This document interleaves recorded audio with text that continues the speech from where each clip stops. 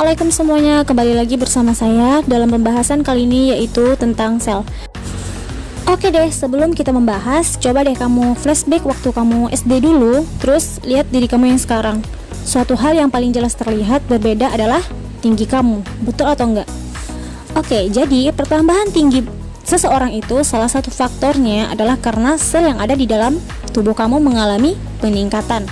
Tanpa sadar, sebenarnya sel akan melakukan pembelahan dan terus bekerja untuk memperbaiki sel-sel yang rusak. Nah, secara tidak kasat mata, kita nggak akan pernah melihat apakah mereka bekerja atau tidak. Ya iyalah, karena kan sel itu kan merupakan unit terkecil penyusun tubuh makhluk hidup. Jadi jumlahnya juga banyak dan bervariasi. Nah, untuk tahu lebih jauh tentang sel tersebut, kamu harus kenalan dulu nih dengan struktur sel yang ada di sel itu sendiri. Nah, secara umum struktur sel itu ada dua, yaitu ada sel prokariotik dan ada sel eukariotik. Nah, pada video sebelumnya saya juga sudah menjelaskan pada video tingkat organisasi kehidupan. Di situ sudah saya jelaskan pengenalan apa itu sel, kemudian apa itu sel eukariotik dan sel prokariotik ini. Nah, jadi saya ulangi lagi. Jadi sel prokariotik ini dia tidak memiliki nukleus, sedangkan sel eukariotik dia memiliki nukleus. Nah, sekarang coba kita bahas tentang struktur sel eukariotik. Oke. Nah, jadi sel itu terdiri dari beberapa bagian, dan bagian-bagian inilah yang dinamakan dengan struktur dari sel.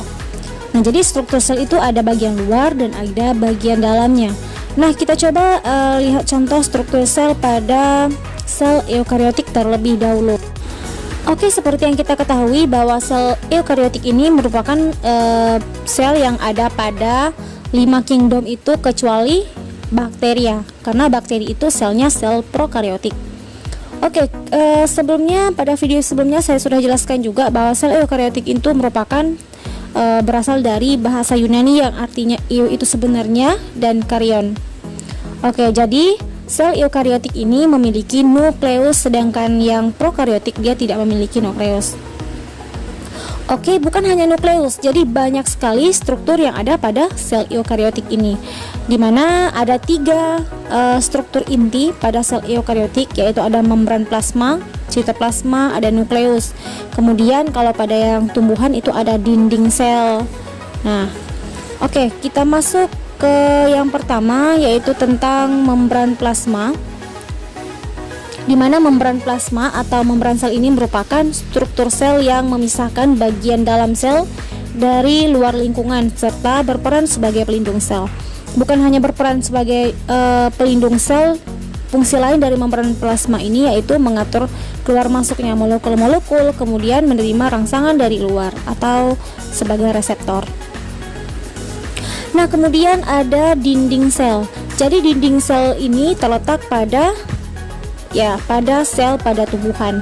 Sedangkan pada sel hewan itu tidak terdapat dinding sel. Jadi dinding sel ini terletak di luar membran plasma. Nah, membran plasma ini tersusun dari polisakarida yang terdiri dari pektin dan hemiselulosa. Sementara itu, dinding sel tumbuhan ini dia terbentuk dari diktiosom. Nah, peran dinding sel pada tumbuhan ini adalah sebagai turgiditas sel yang menyebabkan bentuknya tidak berubah-ubah. Jadi dinding sel pada tumbuhan ini dia terbagi 2 jenis, yaitu ada dinding sel primer dan ada dinding sel sekunder. Oke, selanjutnya yang akan kita bahas adalah nukleus. Jadi nukleus atau inti sel ini adalah organel sel yang berfungsi untuk mengatur seluruh kegiatan sel. Ya, jadi nukleus ini merupakan struktur sel yang terbesar yang mengandung informasi genetik berupa DNA dan berbentuk bulat hingga opal. Jadi dia tergantung jenis selnya ya. Nah, jadi nukleus ini biasanya terletak di tengah-tengah sel yang bulat itu. Nah, itu adalah nukleus. Dimana nukleus ini termasuk organel yang sangat vital bagi kehidupan karena dia mengendalikan seluruh kegiatan sel. Oke, jadi di dalam nukleus ini juga terdapat beberapa bagian penting dalam mengatur kehidupan sel, yaitu yang pertama ada nukleolus. Oke. Nah, jadi bagian dari inti sel atau juga yang terlibat dalam proses pembentukan protein yaitu nukleus ini tadi atau anak dari inti sel. Nah, akan tetapi fungsinya ini dia tidak seperti fungsi nukleus yang terlihat secara langsung. Dimana kalau nukleolus ini dia berfungsi untuk menghasilkan ribosom yang menjadi tempat dihasilkannya protein pada sel. Oke, yang kemudian ada nukleoplasma. Jadi nukleoplasma ini merupakan cairan yang terdapat di dalam inti sel, di mana cairan ini terdiri dari 80% air dan tekstur yang sangat kental, tapi transparan. Jadi di dalam ini terdapat butiran granula, benang kromatin, zat kimia kompleks, dan nukleoprotein. Nah, kemudian yang ketiga, di dalam nukleus itu ada kromosom. Jadi di dalam kromosom ini ada banyak sekali gen dari DNA yang tersusun lalu membentuk suatu struktur yang dikenal dengan ribosom ini tadi. Nah, jadi karena adanya DNA, artinya kromosom ini juga menyimpan berbagai informasi genetik. Nah, jadi supaya berbagai organ di tubuh kita dapat berfungsi dengan baik, sel akan terus membelah untuk menghasilkan sel yang baru sebagai pengganti sel yang lama yang mungkin sudah rusak. Oke, itu tadi organel atau bagian penting yang terdapat di dalam inti sel.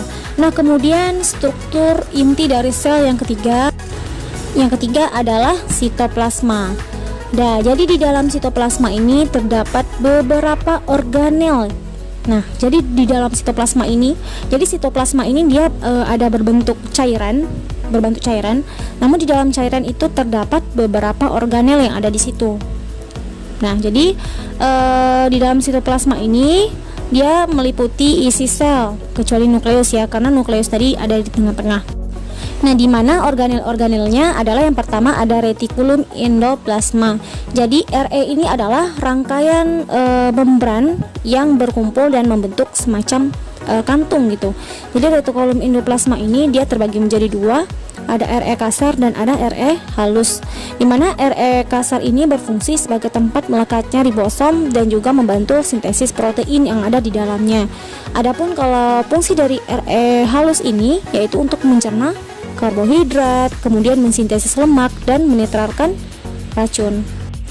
Nah, kemudian organel selanjutnya ada mitokondria. Jadi di mana mitokondria ini dia berbentuk lapisan atau membran yang berlikuk-likuk dan berdempetan sehingga mitokondria ini dapat berfungsi sebagai tempat respirasi sel atau menghasilkan energi pada sel.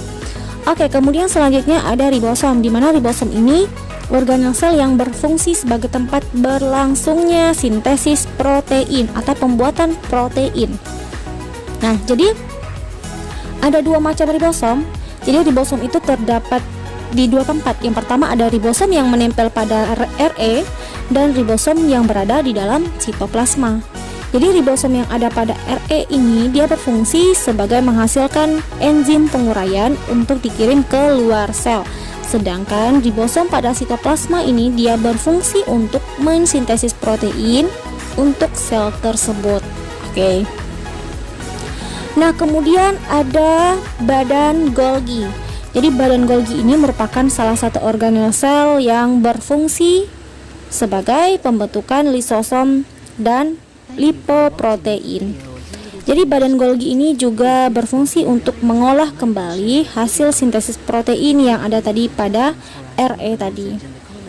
Nah, kemudian organel selanjutnya ada lisosom, di mana lisosom ini berfungsi sebagai sistem pencernaan untuk sel. Nah, jadi selain itu, lisosom ini juga mengandung enzim hidrolitik untuk membuang mitokondria yang rusak. Nah, kemudian bagian sel tumbuhan yang tidak ada pada sel hewan adalah vakuola. Jadi vakuola ini merupakan organel sel yang bersifat menetap, berukuran besar dan dibatasi oleh membran tonoplas. Di mana fungsi vakuola ini sangat penting bagi tumbuhan, di mana sebagai tempat cadangan makanan. Misalnya pada akar ketela pohon yang menyimpan tepung dan pada tebu yang menyimpan gula. Jadi vakuola itu berfungsi sebagai tempat cadangan makanan itu tadi. Kemudian vakuola ini juga berfungsi sebagai tempat penyimpanan pigmen warna yang biasanya ditemukan pada mahkota bunga sehingga bunga menjadi lebih cantik. Nah, itu adalah peran dari vakuola. Nah, kemudian ada organel lain seperti sentrosom dan sentriol, di mana ini berfungsi untuk mengatur dan melampirkan membran plasma keluar basal. Jadi sentrosom ini bekerja pada pusat produksi mikrotubulus dan struktur filamen. Kemudian organel selanjutnya yang tidak terdapat pada sel hewan yaitu plastida. Jadi selain dinding sel, bagian yang sel tumbuhan yang tidak ditemukan di sel hewan adalah plastida, di mana plastida ini merupakan organ pembentuk pigmen pada tumbuhan. Jadi plastida ini berbeda-beda di setiap tumbuhan tergantung fungsinya. Jadi salah satu jenis plastida yang kita temukan di tumbuhan adalah kloroplas.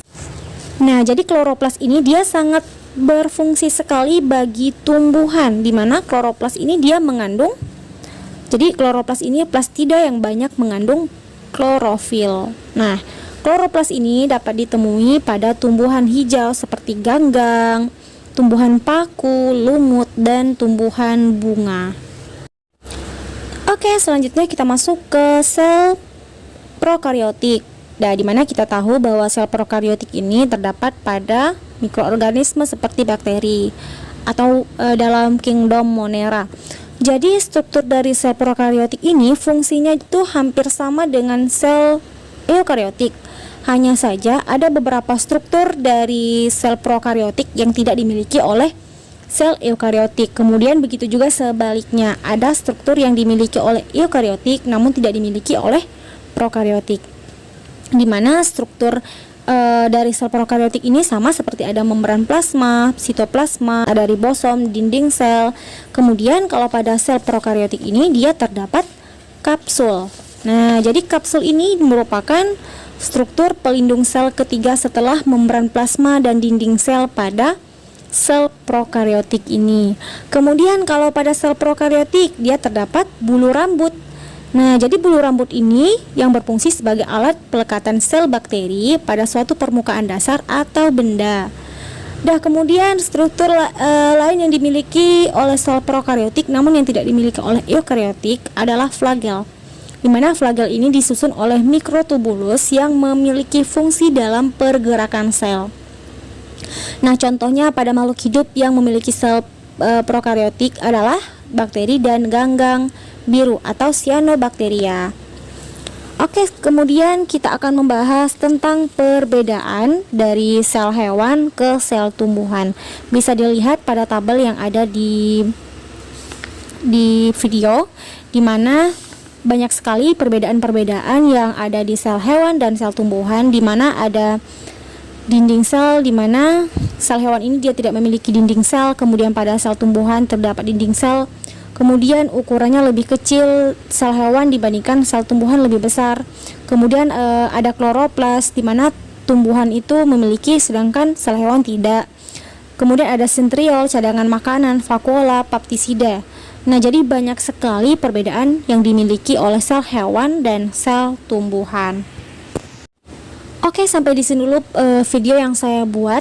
Semoga bermanfaat. Jadi pada video sebelumnya saya sudah membuat pembahasan khusus tentang organel-organel seperti ada ribosom, kemudian ada organel dinding sel, kemudian ada organel kloroplas. Jadi saya sudah membuat pembahasan khusus. Nah, jadi selain itu ada juga saya membuat pembahasan tentang komunikasi sel dan siklus sel atau pembelahan sel. Silahkan ditonton. Terima kasih. Assalamualaikum warahmatullahi wabarakatuh.